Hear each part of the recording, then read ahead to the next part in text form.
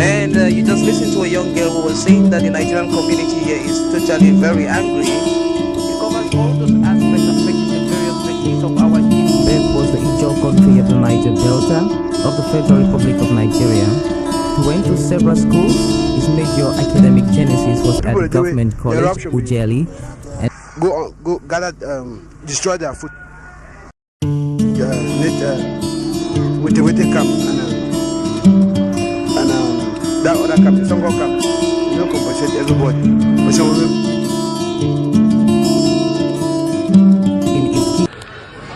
Thank you very much for talking to people, places and events, and to the African Center for Community and Development. What is your name, sir? I'm called Evelle Mbongaya Ivo, popularly known as Evelle Cool. You're a musician and a journalist. How do you mix the two?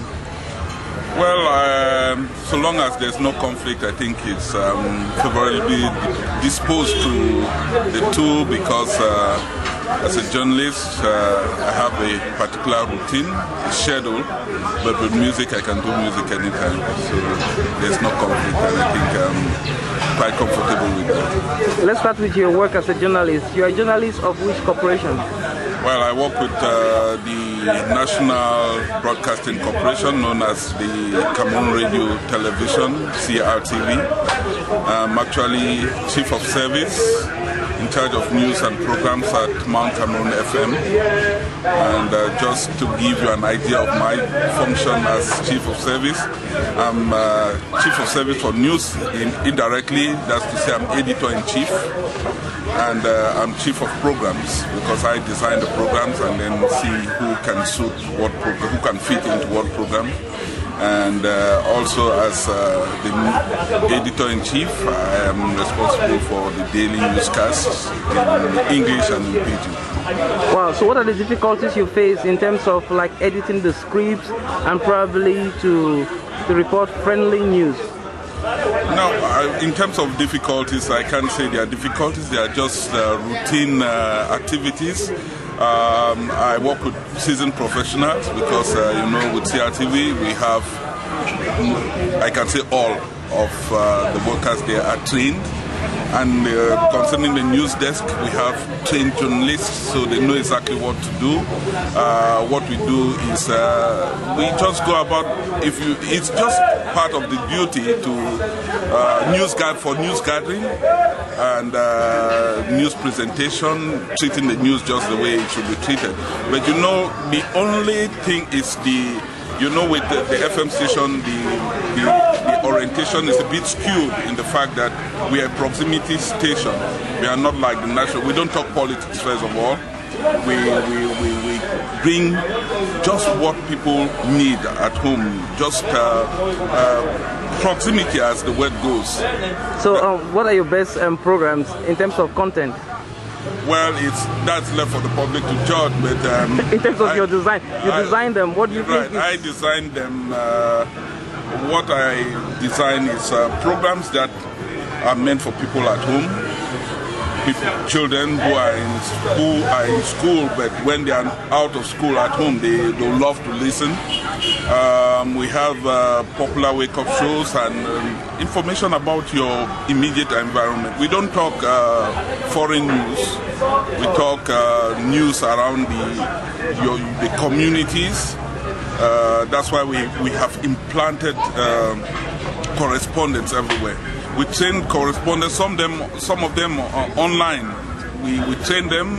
If we know that we have a community where we have the listenership is big, we get someone there who is not necessarily a journalist, a trained journalist, and we give the person some something like I-reporting. We give him some in-house training, even if it's on the telephone. And with time, the person gets to improve. I'll give you an example. We have one guy here in Limbe, Henry Kumge. He's a photographer, and he moves around. He goes to the nooks and crannies of Limbe subdivision, and we know that he can get news from all of those areas. He's one of our correspondents. We have, for example, at Pendamboko, we have Sakwe Evaristos. He works with the cooperative, but he's someone who is well versed with the community, and so we use him as a correspondent. So that's some of the things we do to get the people well entertained and informed about the activities. Well, let's move back to music. When did you start music, and what has been the strong points about your inspiration?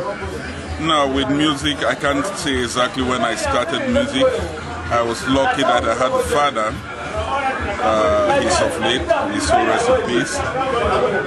He loved music a lot. As a child, I grew up and met an organ with the pedal, the organ with the pedal. Then there was a brass band.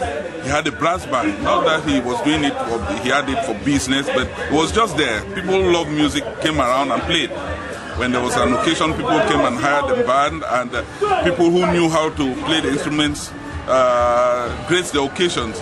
And then subsequently he bought a whole orchestra, and by then I was grown up, so I got involved in learning how to play the instruments, the guitar and so on, and that's how I got into music.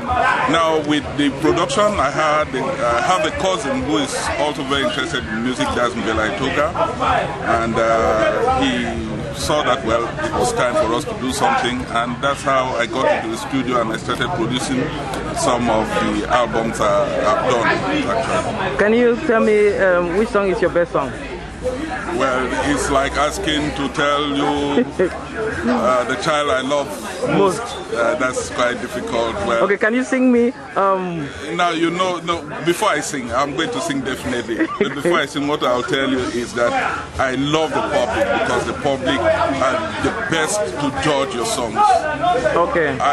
From my own experience and from the experience of some of my friends, I see that you can spend time to work on a particular song and you feel that that's the best song because you've put in so much time into it, but finally you discover that the public will choose some other song because you do these things not for yourself but for the public.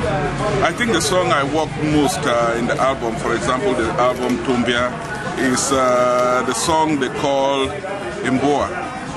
But very Mboa is like your village? Yes, that's my homeland. Your homeland? My homeland. But very few people know about the song. When Nanyongo came, I was not surprised, because that's when you discover some of the things that you put into the song and not the hours you put in writing the lyrics or putting together the programming and so on. But there are things that come from the heart, because when I wrote the song Nanyongo, I wrote it from my heart, because this was a song dedicated to my sister, who is known as Nanyongo.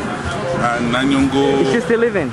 She's still living. We are just two of us. I'm the first, she's the second. So wow. You can imagine if you have to write something about... your other half. In honor of such a sister, how gratifying it can be. And so...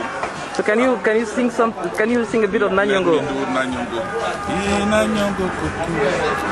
Indomango. Imanatiki. Nanyongo. Nanyongo kuku. Indomango. Kame. Olanako. Oganendo mango. Thank you very much for talking to people, places and events, and to the African Center for Community and Development. And I hope through the venue of this program, your voice, your great voice, is going to reach further to the many millions of people who are going to be watching you in the World Wide Web. Thank you so much. Generation sometimes. Today our focus will be on the style of J.P. Clark, a poet and writer, and we shall also be very interested in his poem Akbo Dancer. Some lives are meaningful, some are empty. Lives that are eventful, with too much meaning and riches to offer humankind.